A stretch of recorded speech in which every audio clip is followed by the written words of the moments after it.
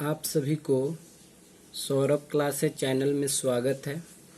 आप सभी इस चैनल को लाइक करें, शेयर करें और इस चैनल को सब्सक्राइब जरूर करें। जो भी न्यू व्यूअर है जो अभी तक इस चैनल को सब्सक्राइब नहीं किए हैं, प्लीज़ सबसे पहले इस चैनल को सब्सक्राइब कर ले। साथ ही साथ इससे पहले जो वीडियो अपलोड किया गया है यूपीएससी जीएस पेपर 1 का प्रारंभिक परीक्षा और मुख्य परीक्षा दोनों के दृष्टिकोण से यह बहुत ही महत्वपूर्ण टॉपिक अभी आपका चल रहा है यूपीएससी के लिए। तो जो पिछले वाले वीडियो नहीं देखे हैं, सबसे पहले जाकर वो पिछले वाले भी वीडियो देख ले, ताकि जो न्यू वीडियो अपलोड किया जा रहा है उसकी कंसेप्ट आपको बिल्कुल आसानी वे में समझ में आएगा। तो इसके लिए आप सबसे पहले पिछले जो वीडियो अपलोड किया गया है तो इस चैनल को सब्सक्राइब करके लिंक पे जाके आप पिछले वाले वीडियो को भी देख लेंगे। ध्यान दीजिएगा, यहाँ से जो आपका टॉपिक चल रहा है वो टॉपिक चल रहा है सिविल सेवा प्रारंभिक परीक्षा और मुख्य परीक्षा पेपर 1, जिसमें हमने आपको सिंधु घाटी सभ्यता के बारे में यह टॉपिक स्टार्ट किए थे। सिंधु घाटी सभ्यता में आपको उद्भव एवं विस्तार बता दिया गया है पिछले वीडियो में। उसके बाद आपका प्रमुख स्थल भी हो गया है। आज की वीडियो में जो बात करेंगे वो नगर योजना के बारे में बात करेंगे। उसके बाद आर्थिक एवं सामाजिक स्थिति के बारे में बात करेंगे, कला एवं शिल्प तथा धार्मिक स्थिति के बारे में बात करेंगे और सिंधु सभ्यता के पतन एवं देन के बारे में बात करेंगे। तो आप ध्यान दीजिएगा यहाँ पर कि सिंधु सभ्यता पतन एवं देन पे बात करेंगे।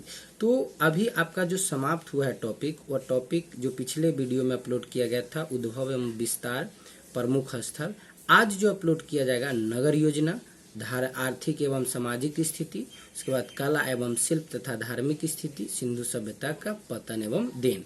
तो आप इसको अच्छे से सुनेंगे, समझेंगे और एक एक पॉइंट को अच्छे कंसेप्ट के साथ आपको बताया जाएगा। तो आप घबराना नहीं आप लोग को। तो चलिए देखते हैं अगले टॉपिक नगर योजना की तरफ हम लोग चल रहे हैं और नगर योजना पे बात करते हैं। ध्यान दीजिए, यह है आपका टॉपिक नगर योजना। नगर योजना क्या है, यह सिंधु घाटी सभ्यता में नगर योजना की जो प्रारंभिक स्थिति था वह किस प्रकार से था, इसके बारे में हम लोग बात करते हैं। सिंधु घाटी सभ्यता की सर्व प्रमुख विशेषता थी कि उसकी नगर योजना एवं जल निकासी प्रणाली थी। सिंधु घाटी सभ्यता में जो नगर का जो स्ट्रक्चर बना था, उस स्ट्रक्चर में, उस फॉर्मेट में जो जल निकासी का जो प्रणाली बना था वह बहुत ही प्रमुख था।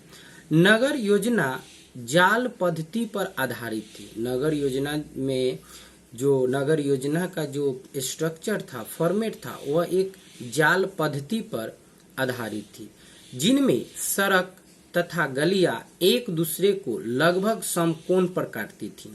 इसमें नगर में जो सड़क तथा गलियां जो था एक दूसरे को लगभग समकोण पर काटती थी और शहर जो था, सिंधु घाटी सभ्यता का जो शहर था वो आयताकार खंडों में विभाजित था। किस खंडों में? आयताकार खंडों में विभाजित था।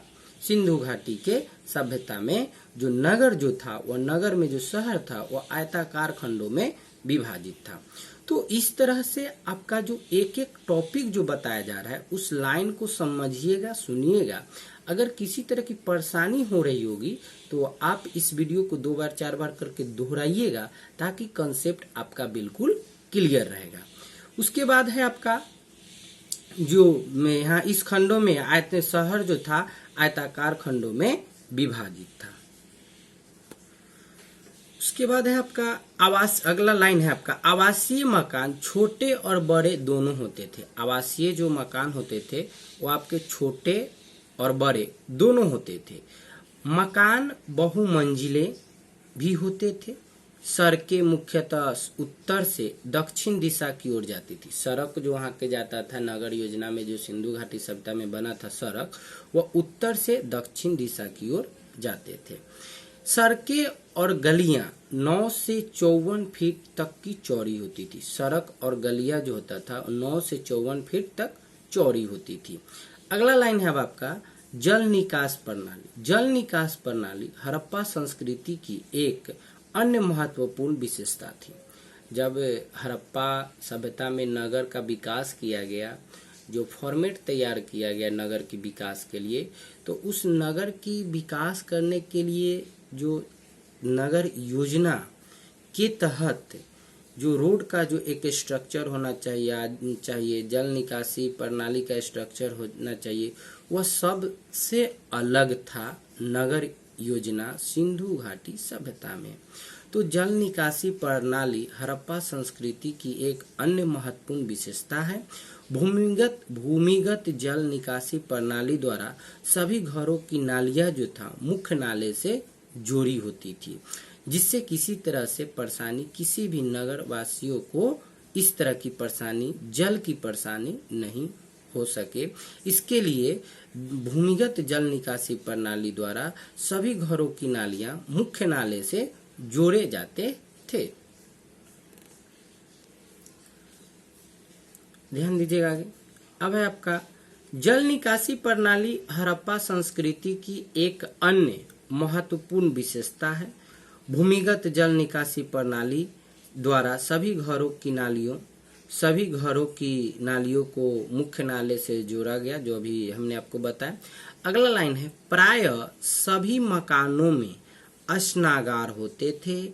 कालीबंगा के अनेक घरों में अपने अपने कुएं थे। हड़प्पा, मोहनजोदड़ो एवं कालीबंगा की नगर योजना समान थी। हड़प्पा और कालीबंगा के मोहनजोदड़ो की जो नगर योजना था वह नगर योजना समान थी। इस सभ्यता के किसी भी स्थल से मंदिर के अवशेष नहीं प्राप्त हुआ है। यह नगर योजना में सिंधु घाटी सभ्यता में आपको यहाँ पर किसी भी स्थल से मंदिर के अवशेष हमें नहीं प्राप्त होता है। मोहनजोदड़ो से स्तूप का अवशेष मिला है, जिसे पुष्पकालीन माना जाता है। आमतौर पर नगरों में प्रवेश पूर्वी सड़क से होता था। नगर में जो प्रवेश किया जाता था वह प्रवेश द्वार जो होता था पूर्वी सड़क से होता था। अब आपका जो अगला टॉपिक है वह है आर्थिक स्थिति। तो हमने जो आपको एक के बाद जो टॉपिक एक्सप्लेन कर रहे हैं, यह सभी टॉपिक बहुत ही महत्वपूर्ण है आपके प्रारंभिक परीक्षा और मुख्य परीक्षा की दृष्टिकोण से। तो अब हम लोग बात करेंगे आर्थिक स्थिति के बारे में। आर्थिक स्थिति सिंधु घाटी सभ्यता का किस प्रकार था, कैसा था, उस पे बात करते हैं। आर्थिक स्थिति के बारे में। आर्थिक स्थिति सैंधवकालीन अर्थव्यवस्था संचित कृषि अधिशेष, पशुपालन, विभिन्न दस्तकारियों में दक्षता और समृद्ध आंतरिक एवं विदेशी व्यापार पर आधारित थी। सिंधु सभ्यता का जो आर्थिक स्थिति था वह सैंधवकालीन अर्थव्यवस्था के संचित कृषि अधिशेष, पशुपालन, विभिन्न दस्तकारियों में दक्षता और समृद्धि आंतरिक एवं विदेशी व्यापार पर आधारित था। इसमें कृषि जो था, सैंधव सभ्यता के लोगों का कृषि के क्षेत्रों में विशिष्ट योगदान है। सिंधु घाटी सभ्यता के जो लोग अहम भूमिका कृषि के क्षेत्र में अपना योगदान दिए। यहाँ पर दो फसलों की खेती, हल का प्रयोग, फसलों की विविधता इनकी देन है। यहाँ पर दो फसलों की खेती एक साथ होता था, उसके बाद हल का प्रयोग किया गया। फसलों की विविधता जो था इनकी देन था सिंधु घाटी सभ्यता की। तो सिंधु घाटी सभ्यता में जो अभी हमने आपको देखे, अभी आपका आर्थिक स्थिति, नगर योजना। अब इसके अगले लाइन की इधर बात करते हैं।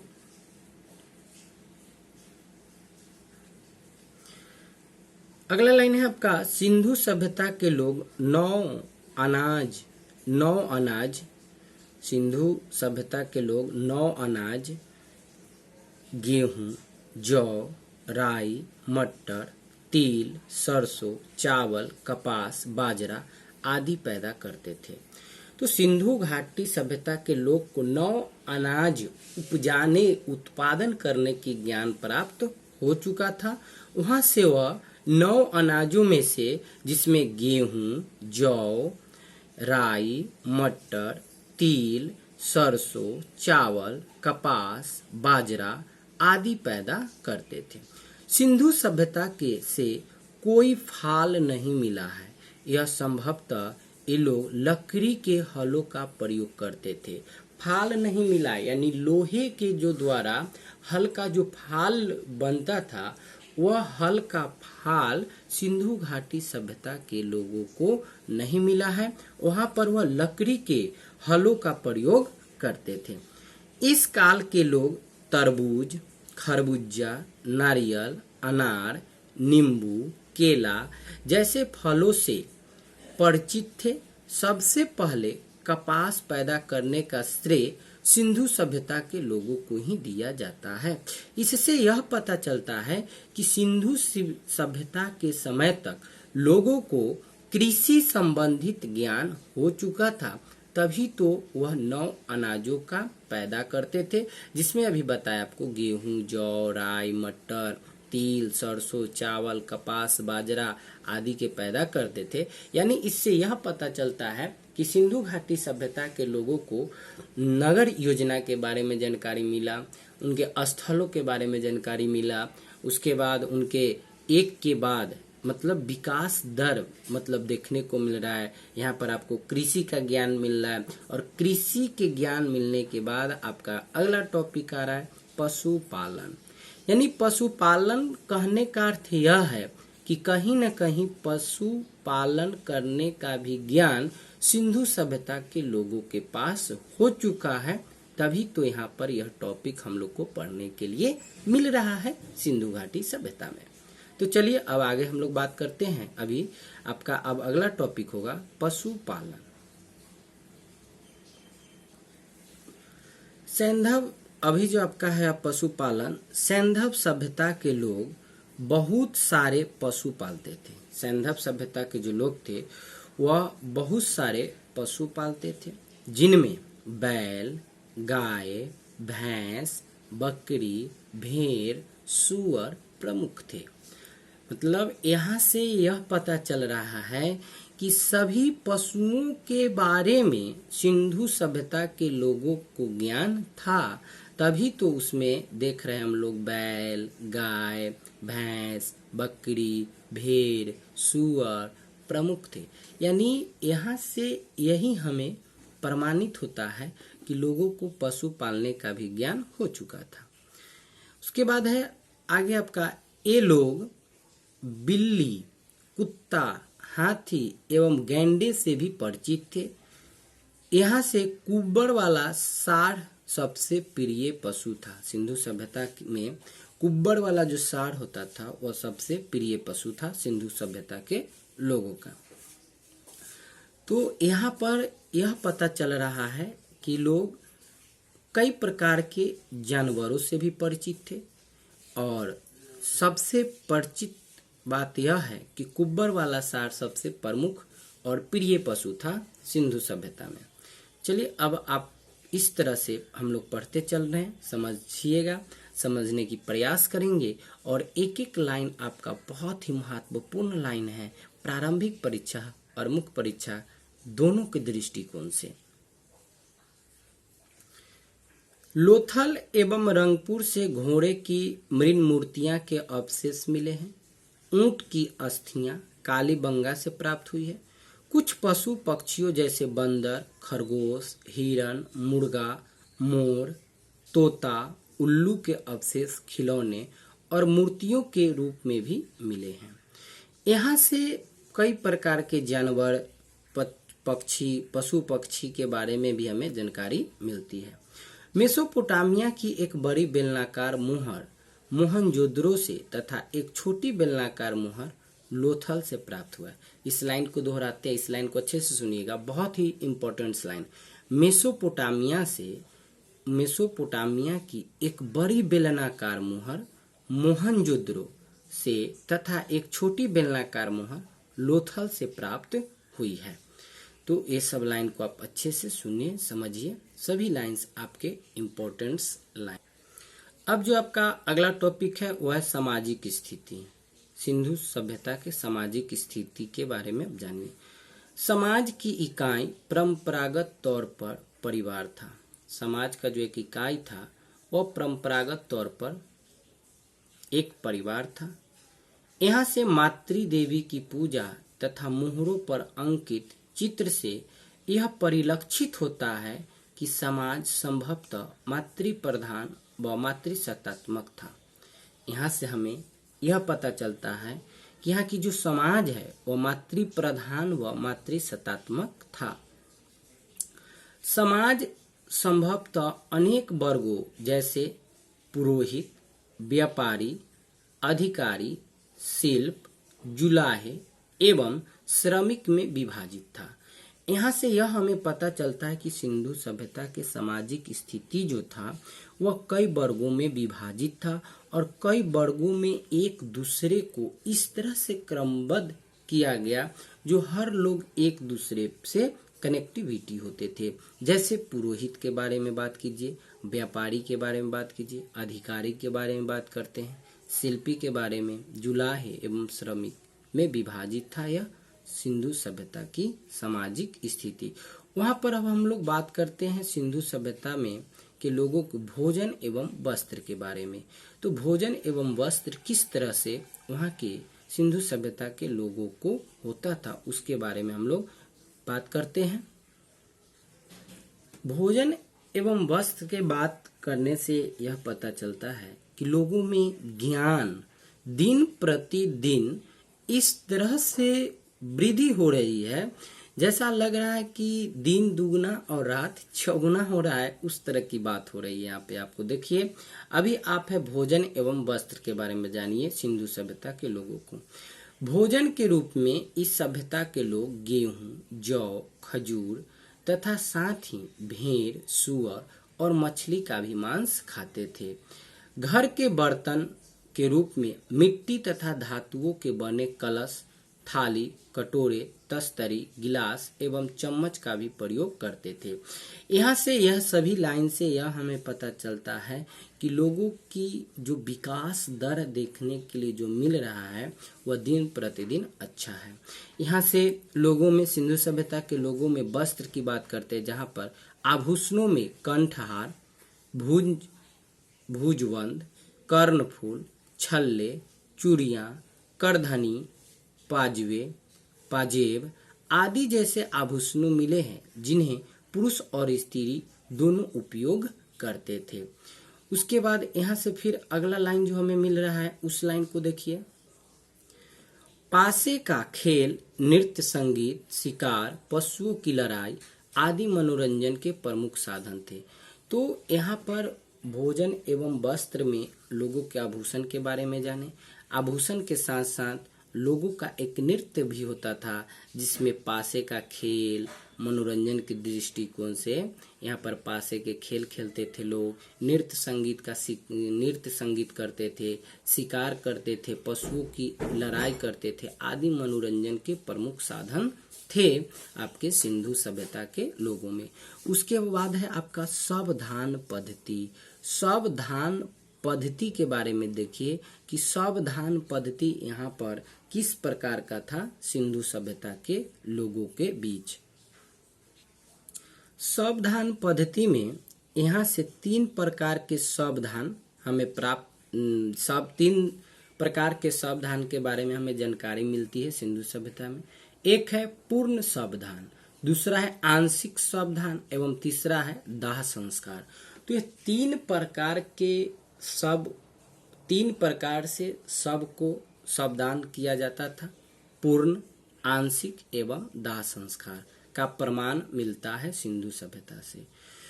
पूर्ण समाधिकरण में संपूर्ण शव को भूमि में दफना दिया जाता था। पूर्ण समाधिकरण में संपूर्ण शव को भूमि में दफना दिया जाता था और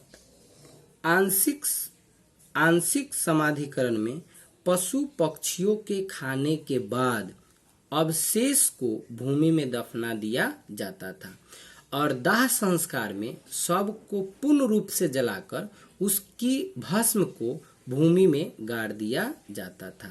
तो इस तरह से हमें सावधान पद्धति के बारे में, सिंधु सभ्यता के सावधान पद्धति के बारे में इस लाइन से यह स्पष्ट होता है कि वहां पर सावधान पद्धति जो था 3 प्रकार से होता था। एक पूर्ण सावधान, दूसरा आंशिक सावधान और तीसरा दाह संस्कार। ये सभी प्रमाण हमें सिंधु सभ्यता के सावधान पद्धति के मिलते हैं। अब अगले लाइन को अच्छे से समझते हैं। अब है आपका अगला टॉपिक कला एवं शिल्प। कला एवं शिल्प, अभी ध्यान दीजिएगा, अभी हमने आपको बताया कि प्रारंभिक परीक्षा और मुख्य परीक्षा दोनों के दृष्टिकोण से महत्वपूर्ण है। दोनों दृष्टिकोण से महत्वपूर्ण के साथ साथ आपको यह भी बता दे कि यह जो टॉपिक आपका चल रहा है, एक यह कला एवं शिल्प के बात करते हैं, तो कला एवं शिल्प आपके ऑप्शनल पेपर में भी बहुत महत्वपूर्ण भूमिका निभाएगी। और साथ ही साथ जब मैं आपको आर्ट एंड कल्चर की क्लास लेंगे तो वहां पर भी कला एवं शिल्प के बारे में डिटेल्स बात करेंगे। तो कला एवं शिल्प के बारे में जानने से पहले यह बात जानना हमें बहुत जरूरी है कि यह टॉपिक सभी जो है आपके प्रारंभिक परीक्षा, मुख्य परीक्षा और जहाँ पे आर्ट एंड कल्चर की बात करेंगे वहाँ पर भी यह आपके बहुत महत्वपूर्ण टॉपिक होगी। तो इसको आप अच्छे से पढ़िए, याद कीजिए और टॉपिक को घर पे ज़्यादा से ज़्यादा सेल्फ स्टडी करें ताकि आपकी कंसेप्ट बिल्कुल क्लियर होगा। तो अभी आपका कला एवं शिल्प के बारे में हम लोग देखते हैं। प्राचीन संस्कृतियों में कला एवं शिल्प दोनों एक दूसरे के संबंध थे। इस काल की कला अपवाद नहीं है। तांबे और कांसे से औजार, हथियार, गहने और बर्तन बनाए जाते थे। सोने और चांदी से गहने और बर्तन बनाए भी जाते थे। सोने और चांदी से भी गहने और बर्तन बनाए जाते थे। यहाँ से यह पता चलता है कि लोगों में कला का विकास बहुत ही महत्वपूर्ण था। लोगों में जो कला था, सिंधु सभ्यता के लोगों में जो कला था, वह कला से हमें यह पता चलता है कि लोगों की जो मानसिकता था, विचार था, सोच था, वो बिल्कुल क्लियर समझ में आ रहा है कि लोगों में जो कला का जो विकास था वह प्रारंभिक समय से, सिंधु सभ्यता के प्रारंभिक समय से ही हमें देखने के लिए मिल रहा है। तभी तो वहां पर देख रहे हैं कि तांबे, कांसे के औजार, हथियार, गहने, बर्तन बनाए जाते थे। सोने और चांदी से भी गहने और बर्तन बनाए जाते थे। वहाँ यहाँ से यह भी पता चल रहा है कि सिंधु सभ्यता के लोग को कहीं ना कहीं ये सोने, चांदी, तांबे की ज्ञान है, तभी तो ये सब कर रहे हैं ना। तभी तो यह बर्तन की भी बात कर रहे हैं, बर्तन भी बना रहे हैं, गहना भी बना रहे हैं, आभूषण भी तैयार कर रहे हैं। उसके बाद की लाइन को अब समझिए। मोहनजोदड़ो से हाथ से बना हुआ सूती कपड़े का एक टुकड़ा मिला है। इस सभ्यता के लोगों द्वारा नाव बनाने के भी साक्ष्य मिले हैं। और भारत में चांदी सर्वप्रथम सिंधु सभ्यता में पाई गई है। भारत में चांदी सर्वप्रथम सिंधु सभ्यता में पाई गई है। और यहाँ से हमें यह क्लियर पता चल रहा है कि लोगों में कला जो था वह एक अद्भुत कला था। और प्रारंभिक कला बहुत ही महत्वपूर्ण कला देखने के लिए मिल रहा है कि लोगों मोहनजोदड़ो से जो हमें कपड़ा मिला, मोहनजोदड़ो से सूती कपड़े मिला, वहाँ से एक टुकड़ा मिला सूती कपड़ा का, तो वह हाथ से बना हुआ सूती कपड़े था। तो हाथ से जो शिल्पकारी जो कला जो था लोगों में, वह एक अद्भुत था, देखने लायक था। उस चीज को आप जब म्यूजियम जाते हैं, संग्रहालय जाइए, तो संग्रहालय में भी आपको ये सब देखने के लिए मिलेगा। या फिर इसके आर्ट एंड कल्चर जब हम टॉपिक के स्टार्ट करेंगे तो आर्ट एंड कल्चर में आपको ये सारी बात बताया भी जाएगा, किस तरह से, कहाँ से, कैसे हमें प्राप्त होता है। या आपके प्रारंभिक परीक्षा और मुख्य परीक्षा से तो महत्वपूर्ण टॉपिक है। साथ ही साथ जब आर्ट एंड कल्चर पढ़ेंगे तो इसकी कंसेप्ट जो है बिल्कुल वहां से और आसान हो जाएगा आपको समझने के लिए। अब है आपका अगला लाइन जो टॉपिक होगा वह है मृदभांड। सिंधु सभ्यता के मृदभांड के बारे में अब जानिए। मृदभांड, इस समय कुम्हार के चाक से निर्मित मृदभांड काफी प्रचलित थी। सिंधु सभ्यता से हमें यह अब पता चल रहा है कि उस समय कुम्हार के पास जो चाक होता था, उसी चाक के द्वारा मृद भांड बनाए जाते थे। ये लोग चाक का उपयोग करने में बड़े कुशल थे। बर्तनों पर विभिन्न रंगों की चित्रकारी, आमतौर पर वृत्त या वृक्ष की आकृति तथा कुछ पर मनुष्य की आकृतियां भी दिखाई देती है। यानी यहाँ से हमें सिंधु सभ्यता के मृदभांड से हमें यह जानकारी मिलता है कि लोगों में चित्रकारी का भी ज्ञान था। तभी तो वह चाक पे, कुम्हार के जो चाक होते थे, उस चाक पे अनेकों प्रकार के मृदभांड बनाते थे। उस मृदभांड पे चित्रकारी भी करते थे। चित्रकारी में यह पाया गया वहां से कि उस चित्रकारी पर वृत्त यानी सर्किल का भी पिक्चर बना हुआ रहता था, वृक्ष का भी आकृति बना हुआ रहता था और मनुष्य का भी आकृतियां बनी होती थी। इससे यह पता चलता है कि सिंधु सभ्यता के लोगों में चित्रकारी का भी ज्ञान भरपूर था। तभी तो एक चाक पे तैयार किया गया मृदभांड पे चित्रकारी देखने के लिए हमें मिल रही है। उसके बाद है अगला टॉपिक आपका सिंधु सभ्यता के मृण मूर्तियां। मृण मूर्तियां जो है अब आपका अगला टॉपिक है सिंधु सभ्यता के। ये सभी टॉपिक हम लोग कल्चर में भी पढ़ेंगे। मृण मूर्तियां। मृण मूर्तियां का उपयोग या तो खिलौने के रूप में या पूज्य प्रतिमा के रूप में होता था। इन पक्की मिट्टी की मूर्तियों का निर्माण चिकौटी पद्धति से किया जाता था। मृण मूर्तियां का जो सिंधु सभ्यता में जो प्रयोग किया गया वह एक खिलौने के रूप में किया गया, पूज्य प्रतिमा के रूप में होता था और इनकी पक्की मिट्टी की मूर्तियां का निर्माण चिकौटी पद्धति से भी किया जाता था। उसके बाद है आपके धातु मूर्तियां। धातु मूर्तियां की बनी मूर्तियां मोहनजोदड़ो, लोथल, चहुंद्रो एवं कालीबंगा से हमें प्राप्त होता है। सिंधु सभ्यता में धातु मूर्तियां जो हमें प्राप्त हुआ है, धातु मूर्तियां का जो प्रमाण हमें प्राप्त होता है वह मोहनजोदड़ो, लोथल, चहुंद्रो एवं कालीबंगा से प्राप्त हुई है। तो यह जितने जो लाइंस आपको बताए जाते हैं, यह सभी लाइंस को जितने हम कॉन्सेप्ट अच्छे से समझा रहे हैं, आप इसको समझने की प्रयास करेंगे। नोट्स जिस तरह से आपको नोट हमने जो अभी तक का जो मेरा जो पढ़ाई करने का जो अनुभव था, उस अनुभव के दौरान जो आपको इस नोट्स के जो बारे में आपको बता रहे हैं, यह सभी मेरे द्वारा लिखित यह नोट्स है। इस नोट्स को आप अच्छे से पढ़ेंगे ताकि आपकी प्रारंभिक परीक्षा और मुख्य परीक्षा में यह आपको बहुत ही हेल्पफुल होगा। तो अब अगले टॉपिक की इधर हम लोग चलते हैं। अब है आपका अगला टॉपिक प्रस्तर मूर्तियां। प्रस्तर मूर्तियां, प्रस्तर मूर्तियों में सर्वाधिक प्रसिद्ध मोहनजोदड़ो से प्राप्त योगी अथवा पुरोहितों की मूर्ति है। वहां से जो हमें प्राप्त होता है पुरोहितों की मूर्ति, प्रस्तर मूर्तियां। उसके बाद है आपका लिपि। इस काल के लोगों ने लेखन कला का आविष्कार किया था। सिंधु सभ्यता के लोगों ने लेखन कला का आविष्कार किया था। सिंधु लिपि में 65 चिन्ह एवं 375 से 400 तक के चित्र ताक्षर थे। पहले जो सिंधु सभ्यता में जब लिपि का जो बात करते हैं तो लिपि एक चित्रांकन किया जाता था और उसी चित्रांकन के माध्यम से हम उस लिपि को समझ सकते थे।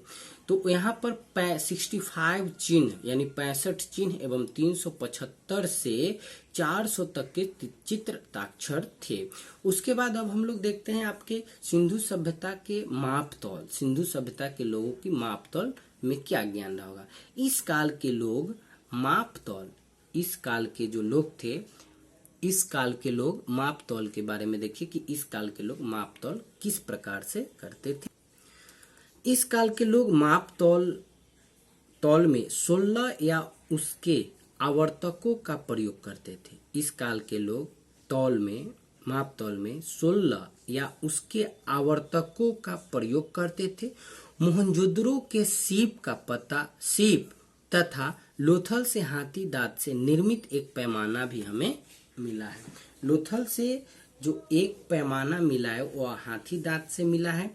तो इस तरह से लोग मापतौल की अपने आवर्तकों की संख्या के अनुसार प्रयोग करते थे। सिंधु सभ्यता के लोग आवर्तकों की संख्या में जैसे 16 या उसके आवर्तकों का प्रयोग जो आगे जो करते थे उसी के आधार पर मापतौल करते थे। और मोहनजोदड़ो से जो सीप तथा लोथल से हाथी दांत के निर्मित एक पैमाना मिला है, यह भी एक प्रमाणित मापतौल के दृष्टिकोण से महत्वपूर्ण था।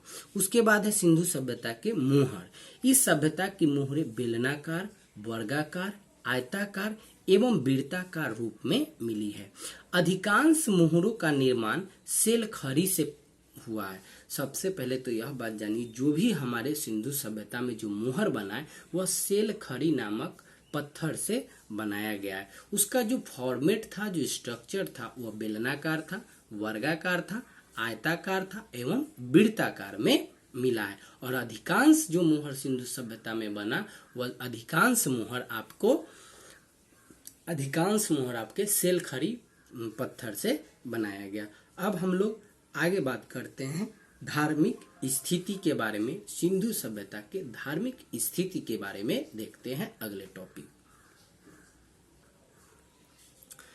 धार्मिक स्थिति। इस सभ्यता के लोग मानव, पशु तथा वृक्ष तीनों रूप में ईश्वर की उपासना करते थे। सिंधु सभ्यता में धार्मिक स्थिति के दृष्टिकोण से इस सभ्यता के लोग मानव, पशु तथा वृक्ष तीनों रूप में ईश्वर की उपासना करते थे। मातृ देवी की उपासना, पशुपति शिव की उपासना, लिंग, योनि, नाग पूजा, वृक्ष पूजा, पशु पूजा, अग्नि पूजा, जल पूजा, भक्ति एवं परलोक जैसे अवधारणा इस सभ्यता के धार्मिक जीवन के अंग थे। मतलब यहाँ से यह हमें पता चलता है कि सिंधु सभ्यता के जो धार्मिक स्थिति को समझिए अच्छे से, तो वहाँ लोग मानव, पशु, वृक्ष सभी के बारे में उपासना करते थे। और वहाँ से मातृ देवी की उपासना, पशुपति शिव की उपासना, लिंग पूजा, योनि पूजा, नाग पूजा, वृक्ष पूजा, पशु पूजा, अग्नि पूजा, जल पूजा और भक्ति एवं परलोक जैसे अवधारणा इस सभ्यता के धार्मिक जीवन का जो अंग था। इससे यह पता चलता है कि लोगों को धार्मिक दृष्टिकोण से पूजन पाठन की जो ज्ञान हमें प्राप्त मिल रहा है सिंधु सभ्यता के प्रारंभिक दृष्टिकोण से, यह बहुत ही महत्वपूर्ण है। लोग यज्ञ से भी परिचित थे तथा पुनर्जन्म में भी विश्वास करते थे। सिंधु सभ्यता में लोग यज्ञ अनुष्ठान जो होता था उससे भी परिचित थे, यानी उसके बारे में भी लोग जानते हैं। और साथ ही साथ पूर्ण जन्म में भी सिंधु सभ्यता के लोग विश्वास करते हैं कि मरने के बाद भी लोगों का जन्म फिर लोगों में ही, मानव का जो मृत्यु होती है तो मानव के अगले जन्म फिर मानव में ही होगा, यानी पूर्ण जन्म में भी विश्वास करते थे सिंधु सभ्यता के लोग।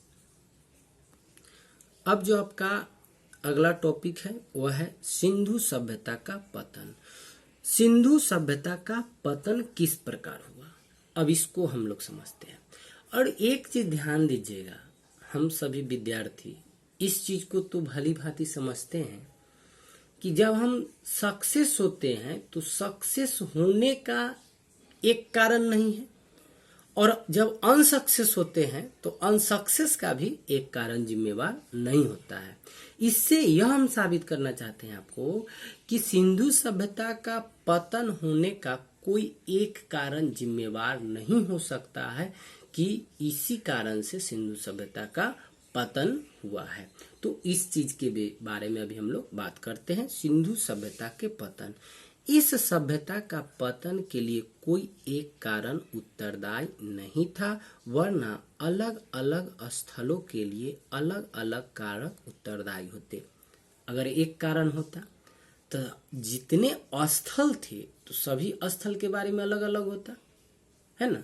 तो कहा गया कि एक कारण उत्तरदायी नहीं था, वरना अलग अलग स्थलों के लिए अलग अलग कारक उत्तरदायी होते।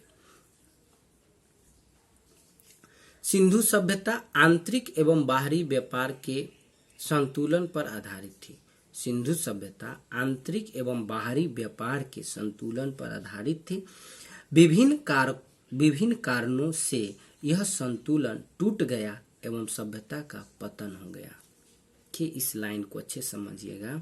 सिंधु सभ्यता आंतरिक एवं बाहरी व्यापार के संतुलन पर आधारित था और विभिन्न कारणों से यह संतुलन टूट गया एवं सभ्यता का पतन हो गया।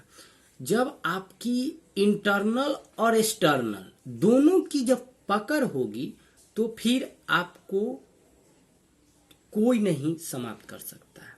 और जब आपके इंटरनल और एक्सटर्नल में रुकावट आने लगे, टूटने लगे, तो समझिए कि आपकी पतन अब प्रारंभ हो चुका है। इसी तरह सिंधु सभ्यता में जब आंतरिक एवं बाहरी व्यापार के संतुलन पर आधारित था और विभिन्न कारणों से यह संतुलन टूट गया एवं सब टूटने लगा, तो इस सभ्यता का पतन हो गया। पतन के संदर्भ में विद्वानों के अलग अलग मत हैं। सिंधु सभ्यता के पतन का अर्थ सभ्यता की समाप्ति न होकर सभ्यता का रूप परिवर्तन है। अब प्रत्येक इतिहासकार, बड़े बड़े विद्वान लोग इस सिंधु सभ्यता के पतन के अलग अलग अपना मत देते हैं और कहते हैं कि सिंधु सभ्यता के पतन का अर्थ जो है सभ्यता की समाप्ति न होकर सभ्यता का रूप परिवर्तन होगा।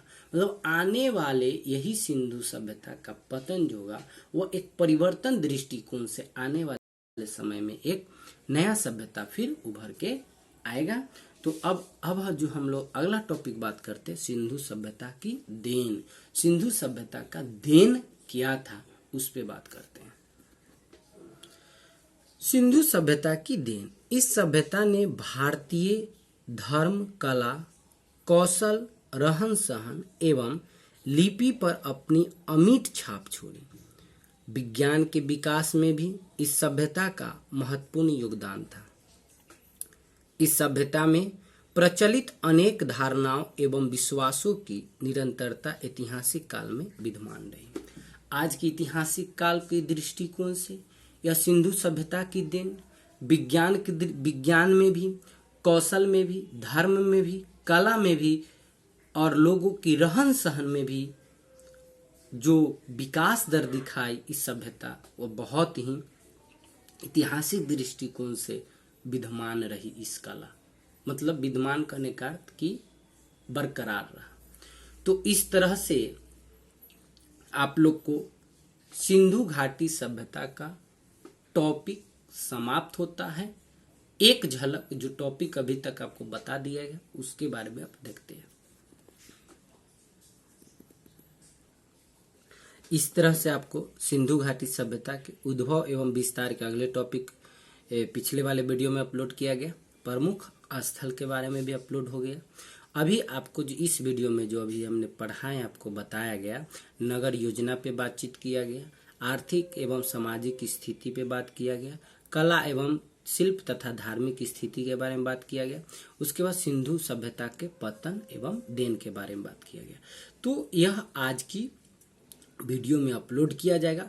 फिर हम अगले टॉपिक प्रारंभिक परीक्षा और मुख्य परीक्षा, प्रारंभिक परीक्षा और मुख्य परीक्षा दोनों के दृष्टिकोण से अगले टॉपिक में अब हम लोग बात करेंगे। तो आज तक इतना ही, फिर मिलते हैं अगले वीडियो में। धन्यवाद।